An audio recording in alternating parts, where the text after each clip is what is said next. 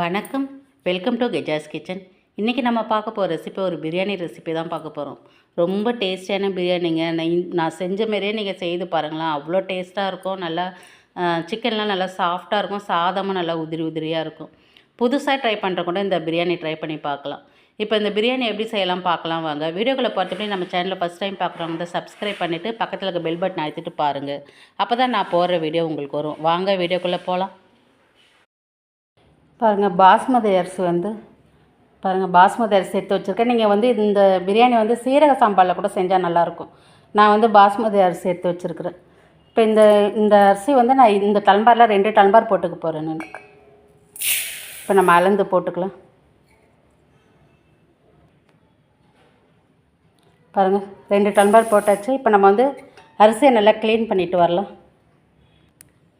பாருங்கள், அரிசி நல்லா க்ளீன் பண்ணிவிட்டு இப்போ தண்ணி ஊற்றி ஊற வச்சுருக்கேன். நல்லா ஊறட்டும் அரிசி. இப்போ அரிசி ஊறினே இருக்கும்போது நம்ம சிக்கனை ஊற வச்சுக்கலாம். இப்போ நம்ம சிக்கனை ரெடி பண்ணி ஊற வச்சுக்கலாம். 1 ஸ்பூன் மிளகாய்த்தூள் போட்டுக்கலாம். நான் வந்து தனி மிளகாய்த்தூள் தான் போட்டிருக்கேன். நீங்கள் காஷ்மீர் சில்லி பவுடர் கூட போட்டுக்கலாம் 1 ஸ்பூன். நான் 1 ஸ்பூன் தனி மிளகாய்த்தூள் போட்டிருக்கேன். ஒரு 1/2 ஸ்பூன் மஞ்சள்தூள் போட்டுக்கலாம். கரம் மசாலா தூள் ஒரு 1/2 ஸ்பூன் போட்டுக்கலாம். இஞ்சி பூண்டு பேஸ்ட்டு 1 ஸ்பூன் போட்டுக்கலாம். தயிர் வந்து ஒரு 4 ஸ்பூன் அளவு போட்டுக்கலாம்.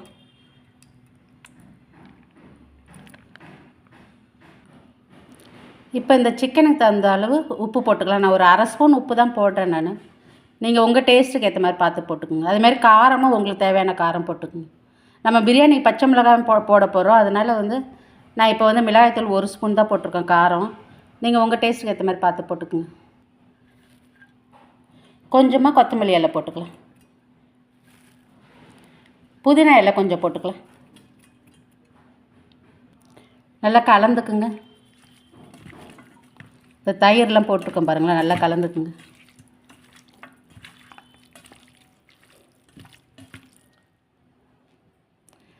லெமன் ஜூஸ் வந்து ஒரு 1/2 பழம் பிழிஞ்சிருக்கேன் நான். லெமன் ஜூஸ் பிழிஞ்சிக்கலாம். ஒரு பாதி அளவு பழம் பிழிஞ்சிக்குங்க. நம்ம அப்புறம் பிரியாணிலேயும் கொஞ்சம் பாதி பழம் பிழியணும். அதனால் இப்போ பாதி பழம் பிழிஞ்சிக்குங்க. இது சிக்கன் வந்து அளவு 1/2 கிலோ சிக்கன் எடுத்து வச்சுருக்கிறேன் நான். நல்லா லெமன் பிழிஞ்சிட்டு நல்லா கலந்துக்கலாம்.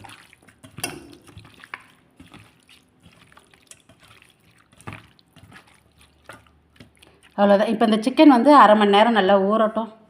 நம்ம ஒரு தட்டு போட்டு மூடி வச்சுக்கலாம். பாருங்கள், ஒரு தட்டு போட்டு மூடி வச்சுக்கலாம். சிக்கன் ஊறட்டும். பாருங்கள், பிரியாணி செய்யறதுக்கு வந்து வெங்காயம் வந்து பெரிய பெரிய வெங்காயமாக 3 வெங்காயம் எடுத்துருக்கேன் நான். இந்த மாதிரி நீல வாக்கில் கட் பண்ணிக்கோங்க. வெங்காயம் 3 வெங்காயம் எடுத்துருக்கிறேன். அதுமாதிரி தக்காளி வந்து 2 தக்காளி எடுத்துருக்கேன். நல்லா பெரிய தக்காளியாக 2 தக்காளி எடுத்துருக்கிறேன். பச்சை மிளகாய் வந்து ஒரு 4 பச்சை மிளகாய் எடுத்துருக்கேன். இந்த மாதிரி பாதி பாதியாக கட் பண்ணிக்கோங்க.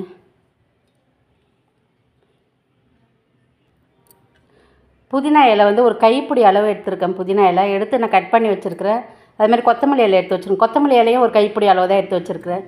எல்லாமே நல்லா க்ளீன் பண்ணிட்டு பொடி பொடியாக கட் பண்ணி வச்சுருக்கேன். பாருங்கள், இது ஒரு அடிகனமான பாத்திரம் வச்சுக்கோங்க. இது கொஞ்சம் அகலமாக பாத்திரம் வச்சுக்கோங்க பிரியாணிக்கெலாம். இப்போ வந்து ஒரு 50 ml எண்ணெய் பாத்திரம் நல்லா காஞ்சதுக்கப்புறம் ஊற்றுங்க. 50 கிராம் எண்ணெய் ஊற்றிருக்கேன் நான்.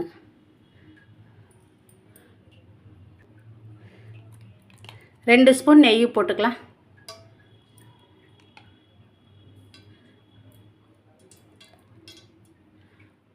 எண்ணெய் நல்லா காயட்டும். இப்போ எண்ணெய் நல்லா காஞ்சிருப்பாருங்க. இப்போ வந்து பிரிஞ்சி இலை வந்து ஒரு இலை போட்டிருக்கேன். இப்படி புட்டு போட்டுக்கலாம். இலையை இப்படி போட்டுக்குங்க.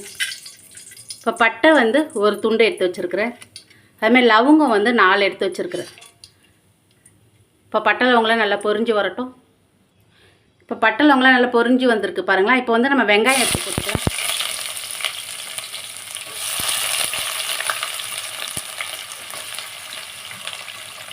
இப்போ பச்சை மிளகாயும் போட்டுக்கலாம்.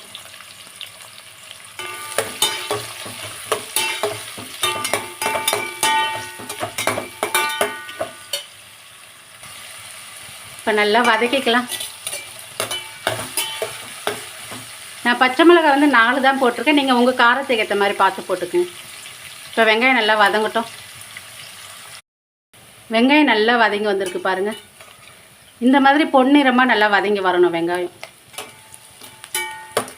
நீங்கள் வெங்காயம் வதங்க கொஞ்சம் உப்பு கூட போட்டுக்கலாம், ஏன்னா சீக்கிரம் வதங்கும் உங்களுக்கு வெங்காயம். நல்லா வதங்கி வந்துருச்சு பாருங்கள். இப்போ நம்ம இஞ்சி பூண்டு பேஸ்ட்டு போட்டுக்கலாம். இப்போ இஞ்சி பூண்டு பேஸ்ட்டு ஒரு 2 ஸ்பூன் போட்டுக்கலாம்.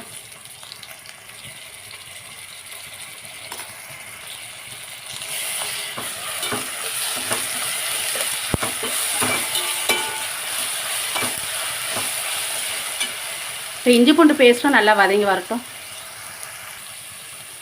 இப்போ இஞ்சி பூண்டு பேஸ்ட்டும் நல்லா வதங்கி வந்திருக்கு பாருங்கள்.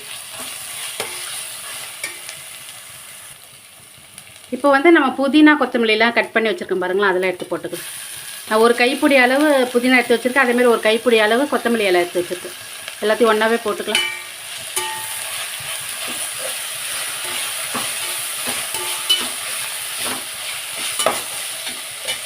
இப்போ புதினா கொத்தமல்லி நல்லா வதங்கி வரட்டும். இப்போ வந்து புதினா கொத்தமல்லி நல்லா வதங்கி வந்திருக்கு பாருங்கள். இப்போ தக்காளியும் போட்டுக்கலாம். நம்ம 2 தக்காளி நல்லா பெரிய தக்காளி எடுத்து 2 தக்காளி கட் பண்ணி வச்சுருக்கோம், அதை போட்டுக்கலாம்.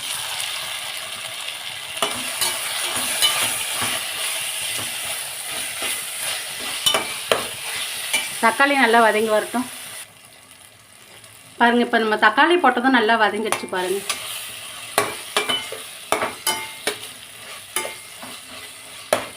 இப்போ இதிலே நம்ம வந்து ஊற வச்சுருக்கோம் பாருங்களா, சிக்கன் எடுத்து போட்டுக்கலாம். நம்ம சிக்கன் ஊற வச்சோம் பாருங்களா, அதை எடுத்து போட்டுக்கலாம்.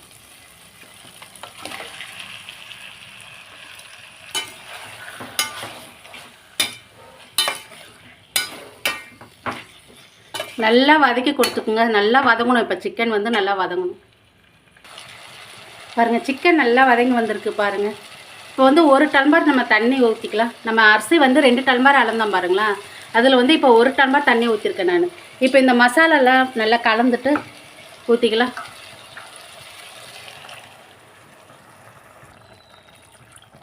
இப்போ 1 டம்ளர் அளவு தான் நான் தண்ணி ஊற்றிருக்கேன். இப்போ சிக்கன் நல்லா வெந்து வரட்டும், வேகட்டும். நல்லா கலந்து கொடுத்துக்குங்க தண்ணி ஊற்றிட்டு.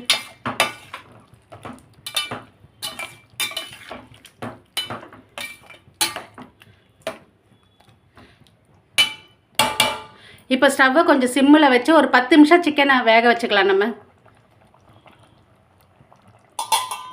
ஒரு தட்டு போட்டு மூடி வச்சுங்க, சிக்கன் வேகட்டும். ஒரு 5 நிமிஷம் நல்லா வெந்ததும் கலரி கொடுங்க நல்லா.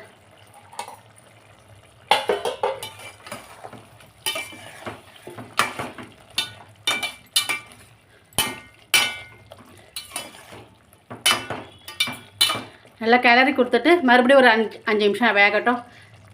நான் வந்து ஒரு 10 நிமிஷம் வேக வைக்கிறேன். நீங்கள் வந்து உங்களுக்கு எவ்வளோ சிக்கன் வந்து எப்படி எந்த அளவுக்கு வேகணுமோ அந்த அளவுக்கு வேக வச்சுக்கோங்க. இன்னும் ஒரு 5 நிமிஷம் வேகட்டும் பாருங்கள். நல்லா ஒரு 10 நிமிஷம் சிக்கன் நல்லா வெந்துருச்சு.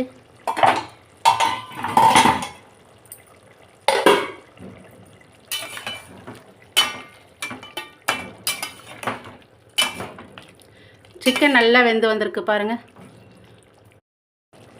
சிக்கன் வந்து நம்ம ரெடி பண்ணும்போதே நம்ம காரம், சிக்கனுக்கு தகுந்த உப்பு எல்லாம் போட்டுட்டோம், கரம் மசாலா எல்லாமே போட்டுட்டோம், நம்ம தயிர் எல்லாம் போட்டுட்டோம். உங்களுக்கு இன்னும் எக்ஸ்ட்ரா காரம் தயிர்லாம் வேணும்னா கூட இப்போ போட்டுக்குங்க நீங்கள். எனக்கு வந்து நான் கரெக்டாக தான் போட்டிருக்கேன் நான். இப்போ தண்ணி ஊற்றிக்கலாம். நம்ம ஃபஸ்ட்டு 1 கிளாஸ் ஊற்றிருக்கோம் பாருங்களா, 1 டம்ளர் தண்ணி ஊற்றிருக்கோம். இப்போ 3 டம்ளர் தண்ணி ஊற்றிக்கலாம்.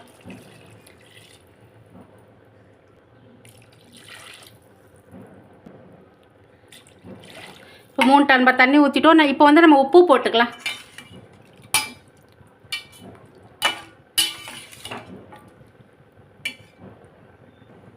பாருங்கள், உப்பு வந்து நான் 1 ஸ்பூன் அளவு தான் எடுத்துக்கேன். ஏன்னா நம்ம சிக்கன்லேயே உப்பு போட்டிருக்கோம் பாருங்களா, உப்பு போட்டு நம்ம கலந்து வச்சுருக்கோம். அதனால் நான் 1 ஸ்பூன் அளவு தான் போட்டிருக்கேன். 1 ஸ்பூன் 1.5 ஸ்பூன் அளவு தான் போட்டிருக்கேன். நீங்கள் வந்து உங்கள் டேஸ்ட்டுக்கு ஏற்ற மாதிரி பார்த்து போட்டுக்குங்க.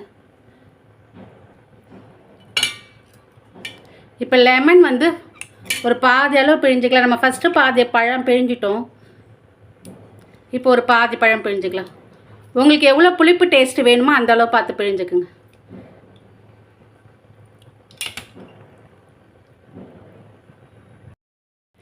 இப்போ இந்த தண்ணி நல்லா கொதி வந்துருச்சு பாருங்கள். இப்போ இந்த தண்ணியில் வந்து உப்பு காரம் பார்த்துக்குங்க. இந்த தண்ணியை டேஸ்ட் பண்ணி உப்பு காரம் பார்த்துக்குங்க. கம்மியாக இருந்ததுன்னா கொஞ்சம் கொஞ்சம் போட்டுக்கலாம். நான் டேஸ்ட் பண்ணி பார்த்தேன், கரெக்டாக இருந்தது எனக்கு. இப்போ நம்ம அரிசி எடுத்து போட்டுக்கலாம். தண்ணி நல்லா கொதி வந்துருச்சு பாருங்கள். இப்போ அரிசி போட்டுக்கலாம். தண்ணி நல்லா வடிகட்டிட்டு போட்டுக்குங்க. மெதுவாக கலந்து கொடுத்துக்குங்க. அரிசி உடையாத அளவு கலந்து கொடுத்துக்குங்க.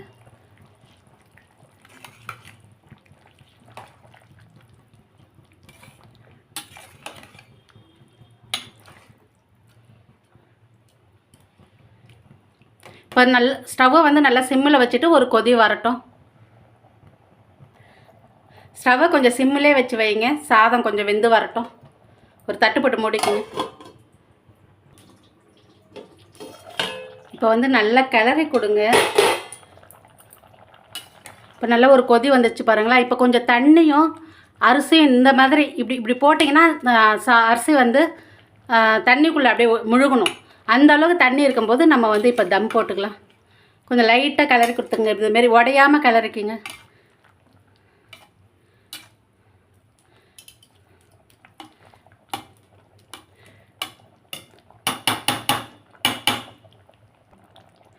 இப்போ வந்து ஒரு ஸ்பூன் நெய் போட்டுக்கலாம். இப்போ நெய் வந்து ஆப்ஷன் தான், ஆனால் போட்டிங்கன்னா கொஞ்சம் நல்லாயிருக்கும், டேஸ்ட்டாக இருக்கும். நான் ஒரு ஸ்பூன் தான் போடுறேன். இது சின்ன ஸ்பூனு, அதனால் 2 ஸ்பூன் போடுறேன். இப்போ இந்த பிரியாணி பாத்திரத்தை எடுத்துகிட்டு நம்ம ஒரு தோசைக்கல் வச்சுக்கலாம். ஒரு தோசைக்கல் வச்சுருக்கோம் பாருங்கள் ஸ்டவ் மேலே. இந்த தோசைக்கல் நல்லா சூடானதும் நம்ம அந்த பிரியாணி பாத்திரத்தை எடுத்து வைக்கலாம். இப்போ தோசைக்கல் நல்லா சூடாயிடுச்சு பாருங்கள். இப்போ இந்த பிரியாணி பாத்திரம் எடுத்து இது மேலே வச்சுருக்கோம், தோசைக்கல் மேலே. இப்போ இது மேலே ஒரு தட்டு போட்டு மூடி வச்சுக்கலாம். இது மேலே ஒரு பாத்திரத்தில் தண்ணி கூட வச்சுக்கலாம். நான் வந்து ஒரு வெயிட் வைக்க போகிறேன். இதுமாரி கல் வச்சுக்குங்க. ஸ்டவ்வை நல்லா சிம்மில் வச்சுக்கோங்க. ஒரு 10 நிமிஷம் இருக்கட்டும், அப்புறமா ஸ்டவ்வை ஆஃப் பண்ணிடலாம். ஒரு 10 நிமிஷம் இருக்கட்டும். ஒரு 10 நிமிஷம் வச்சுருந்தேன். நான் ஸ்டவ்வை ஆஃப் பண்ணிட்டேன். 10 நிமிஷம் ஸ்லோவாக வச்சுருக்கேன் பாருங்களேன். இப்போ ஸ்டவ்வை ஆஃப் பண்ணிட்டேன். இப்போ மறுபடியும் ஒரு 10 நிமிஷம் இருக்கட்டும், அப்புறமா நம்ம இது ஓப்பன் பண்ணிக்கலாம், பிரியாணி ஓப்பன் பண்ணிக்கலாம். பாருங்கள், ஸ்டவ்வை ஆஃப் பண்ணிவிட்டு மறுபடியும் ஒரு 10 நிமிஷம் வச்சுருந்தேன். இப்போ நம்ம பிரியாணி ஓப்பன் பண்ணலாம்.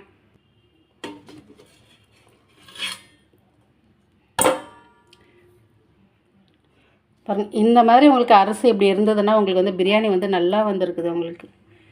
இப்போ கிளறிக்கலாம்.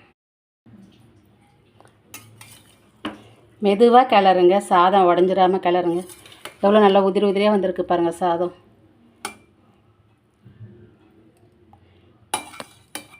ஃபஸ்ட்டு சாதத்தை பாருங்கள், எவ்வளோ உதிரி உதிரியாக வந்திருக்கு பாருங்கள். உங்களுக்கு எப்படி பண்ணிங்கன்னா உங்களுக்கு வந்து பிரியாணி வந்து குழையாது, நல்லாயிருக்கும் உங்களுக்கு.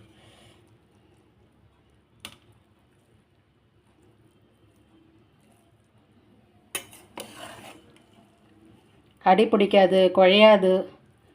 சாதம் வந்து சில பேர் சாதம் வந்து அப்படியே நெத்து நெத்தாக இருக்கும் பாருங்களா, அந்த மாதிரியே இருக்காது. நல்லா கொஞ்சம் சாஃப்டாக இருக்கும் சாதம். சிக்கன்லாம் நல்லா வெந்து வந்திருக்கு பாருங்கள்.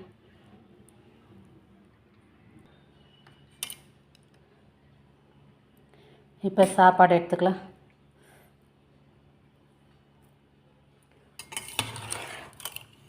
உங்களுக்கு நல்லா உதிரி உதிரியாக வந்திருக்கு பாருங்கள். அடியெல்லாம் பிடிக்காது நல்லா உங்களுக்கு.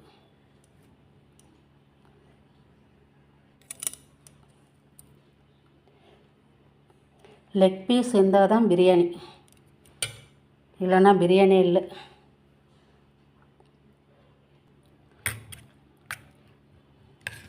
இப்போ ஆனியன் ரைத்தா வச்சுருக்கேன் பாருங்கள்.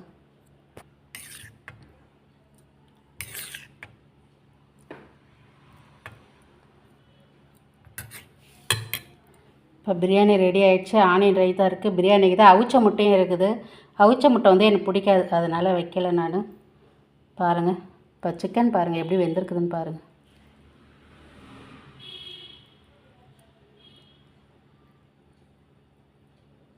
நல்லா சாஃப்டாக வெந்துருக்குது. நீங்கள் இந்த மாதிரி ஊற வச்சிட்டிங்கன்னா உங்களுக்கு வந்து சிக்கன் சாஃப்டாக இருக்கும், அதுமாதிரி பிரியாணி டேஸ்ட்டாக இருக்கும்.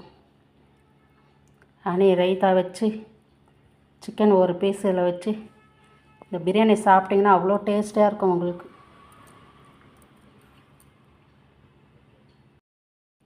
பாருங்கள்,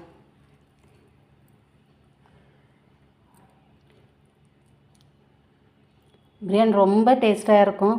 இதேமாரி நீங்களும் செய்து பாருங்கள். இதோட அளவெல்லாம் ஐபட்டில் கொடுக்குறேன் பார்த்துங்க. இதே அளவோடு நீங்களும் செய்து பாருங்கள். இவ்வளோ நேரம் என் வீடியோ பார்த்துக்க ரொம்ப நன்றி. இந்த வீடியோ பிடிச்சிருந்தா லைக் பண்ணுங்கள், ஷேர் பண்ணுங்கள், கமெண்ட் பண்ணுங்கள், சப்ஸ்கிரைப் பண்ணுங்கள். அப்படியே இந்த வீடியோவை உங்கள் ஃப்ரெண்ட்ஸ் அண்ட் ஃபேமிலிக்கு ஷேர் பண்ணுங்கள். வீடியோ பிடிச்சிருந்தா லைக் பண்ணுங்கள். வீடியோ பார்க்குறவங்க லைக் பண்ணிவிட்டு வீடியோ பாருங்கள். வணக்கம்.